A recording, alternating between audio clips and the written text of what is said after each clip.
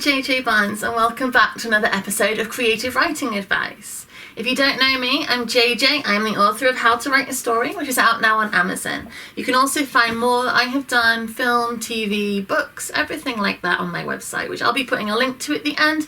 Also, it's in the description down below. If you're familiar with these videos, you know all this already, but I'm just going to give you a little fill-in on what I'm doing here. So in this series, I'm taking a piece of writing advice, story craft, characterization, I'm breaking it down. I'm using references from pop culture, fiction that we know and love, things like that, or just talking about it in general to explain it in a way that hopefully will make it accessible to anybody. You do not need to have studied literature or film, anything like that to watch these videos. Basically, all you need to get the most out of what I'm doing here is a love of story. To be honest, you don't even need to be writing right now. If you just love story and want to feel inspired and hope one day to be able to write, hopefully this will be interesting for you too. As I say, there's no quizzes, there's no tests. All I want to do is bring my love of story and the things that I have learned in my career to you in a way that hopefully will be useful to you, because I want to get more stories in the world and I want yours to be one of them. So let's all just love stories together, explore them, talk about them, and see what we come up with. So today I'm going to be talking about how to blur the lines between good and evil. So in your story, you're likely to have a protagonist and an antagonist.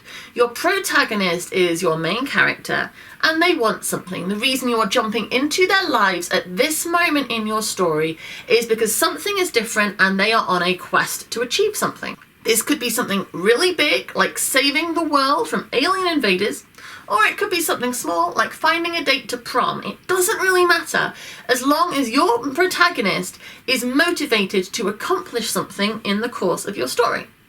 And then your antagonist is the character who also wants to accomplish something in the course of your story, but it is something that's at odds with your protagonist. So if your protagonist wants to save the world from alien invaders, your antagonist might be the alien invader and they want to invade Earth. They can't both get what they want, they can't both have the Earth saved and invaded, so somebody has to lose. If your protagonist wants a date to prom, then maybe the antagonist is the person who wants the same date. They can't both go with the same person. The person has to pick one, so your protagonist and antagonist are set against each other, and at the end of your story, the conflict is resolved by one of them having what they want and one not. And that's the story. So if you're doing a story with good and evil, it's likely that your protagonist is on the side of good and your antagonist is on the side of evil. Now, it's really, really simple to play this in a very easy to do way, which is protagonist is all good, antagonist is all evil. And for, say, children's books, things like that, that works really well because breaking things down into good and evil is easy, it's accessible. And it is also really comforting because if we feel that we are on the side of good and our enemies are on the side of evil, then that's great because you're like, well, I'm good. They're bad. I can disagree with them. I should win the battle. Simple. The problem is if you want to tell a story that is more complicated and more deep, breaking it into just simply good and evil, it's flat, essentially. It's lazy, it's inaccurate, it's not representative of our world, and when things aren't representative of our world, they are harder to relate to, because our world isn't just good and evil. It's not. Our world is basically one giant grey area. And however much someone can be good and however much someone can be evil, they aren't just those things. There is scope in all of us to be all things. And as a storyteller, you should want to embrace that. In my opinion, you should want to embrace that and celebrate that truth because it's fascinating and interesting. It makes your story richer. If you can explore the shades of grey of good and evil, blur it, make it more morally complex, make it so your antagonist could be rooted for, make it so your protagonist makes mistakes, does things wrong, your story will be so much better because your audience will be able to relate to more people. They will be able to have conflict in themselves. And if we consider conflict to be the thing in your story that keeps it entertaining, keeps it moving, it makes it just an experience that you want to have rather than just watch, oh look, those people are living, fine, nothing's going on. Conflict makes it rich and entertaining.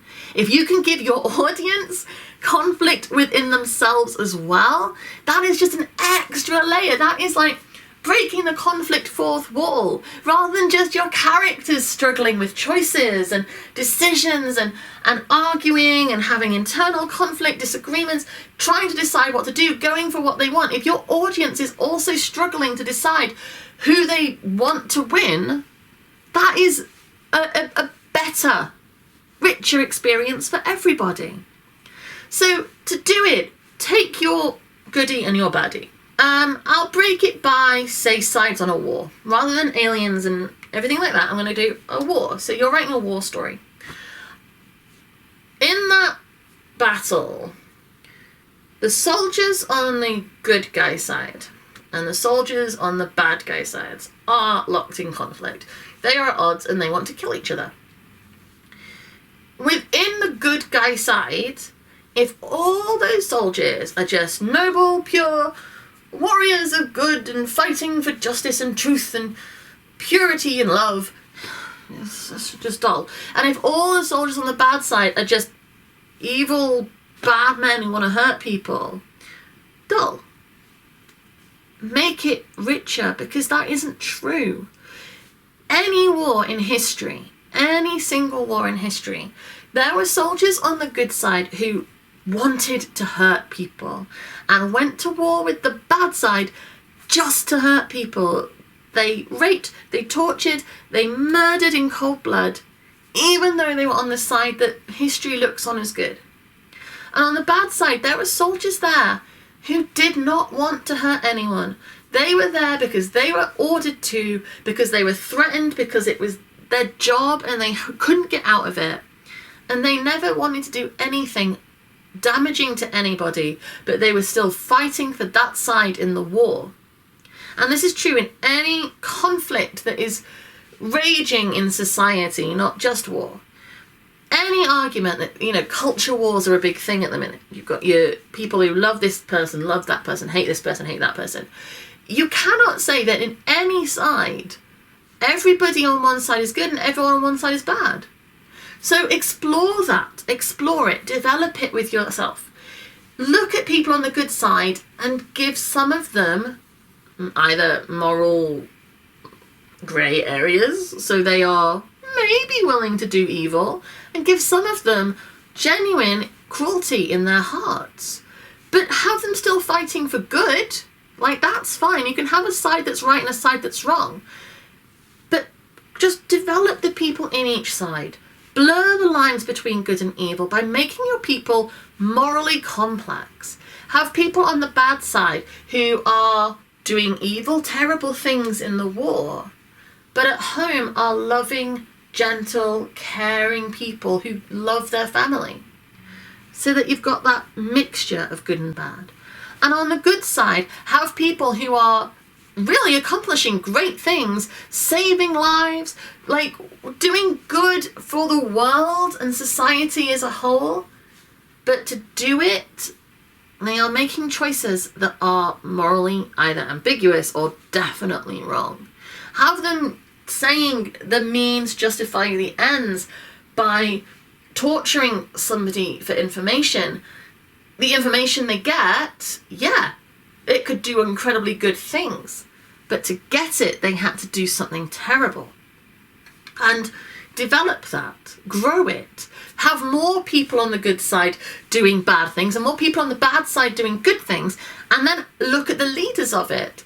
Perhaps the leaders in that side, your protagonist, say. Your protagonist is a boss of this army. I'm just doing it off my head, so just go with me. So the protagonist is the boss of the army, and he knows that the boss of the other army is going to blow up a town, right? So your protagonist wants to save that town. What's he willing to make his army do to achieve it? Is he willing to blow up the bad guy's town to stop them? Is he willing to kidnap and threaten the family of the antagonist? What is he willing to do to accomplish his goal of saving that town? What orders is he willing to give? His motive might be pure. He wants to save all the people in that town. That's good. You can relate to that. You can be like, yeah, I see that. That is a good thing. But what is he willing to do to get there? And develop it.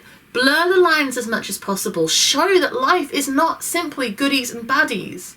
Show that in any side of any debate ever, any argument, any war, any conflict, that there is light and dark in all people, and develop it. Now, some people will have more light than dark, and some will have more dark than light, and that's good, because that does keep it clear that there are at least sides to this conflict that you want to root for, because you should want to root for people.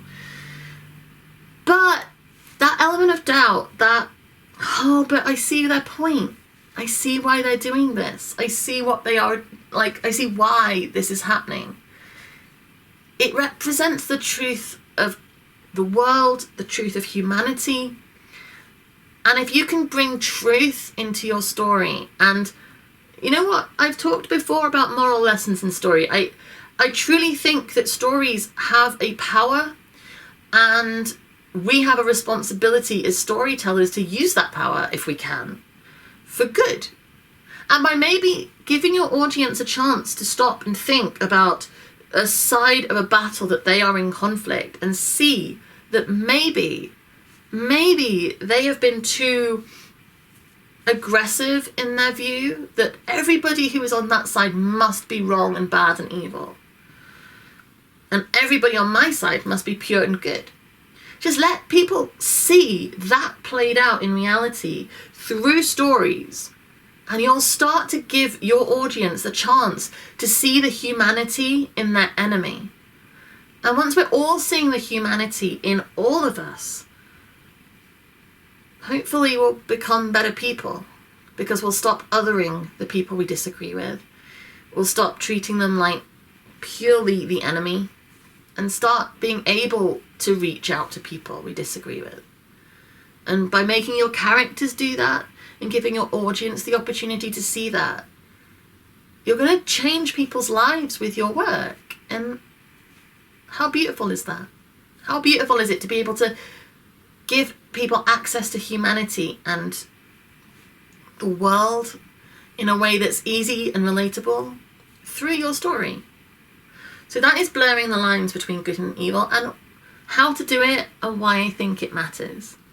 I was like, I truly do. I think that giving shades of grey to all our characters not only makes your story better and more interesting and more entertaining, but also can accomplish good in the world that we should like to do. Accomplishing good in the world is a positive thing. So that is why I think you should do it. Thank you very much for watching. Drop me a comment below with what you think. Tell me your favourite stories where the lines between good and evil are blurred, why they work for you. And you know what? If you really don't like the blurring of those lines, if you like it a real simple goodies, baddies, goodies win, that's perfectly fine. Plenty of people like those stories, especially children's books. As I say, it's not a bad thing to enjoy those stories. Personally, I prefer the stories where it's a bit more complicated. But if you disagree, tell me why, because I like to hear. If you go to my website, it's jjbarnes.co.uk, over there you'll find all the work that I've been doing, as well as my blog and my photos and my art, things like that, everything I've got going on. There's also links to all my social media. You can come and chat to me. I'm always tweeting about writing and stories and movies and all sorts of other things. So come find me and we can chat, because I always like to talk to other people who have a passion for stories like me. And what else? Oh, please subscribe to this channel. I put out a video every Monday, Wednesday and Friday. I'm trying to bring you writing advice and creativity, and I also do a series where I answer quick fire random questions about all different subjects, which I'm having a lot of fun with. So if you are too, you might like those as well. Thank you very much, and I will be back again soon. Bye.